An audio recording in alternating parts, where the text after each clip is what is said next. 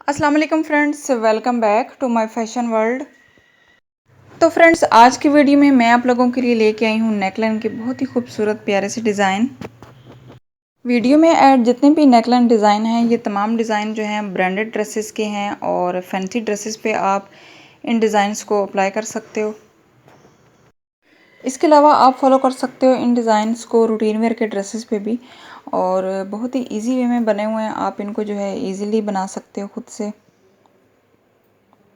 Pintucks, डोरी, button और laces का यूज़ किया गया है। ज़्यादातर जो है वो फैंसी ड्रेसेस पे लेसेस का यूज़ किया जाता है, तो बहुत ज़बरदस्त सी डिज़ाइनिंग होती है लेसेस की मदद से। और आजकल बहुत ही ज़बरदस्त सी लेसेस अवेलेबल हैं, स्पेशली नेकलाइन के लिए, स्लीव्स के लिए और चौक दामन के लिए।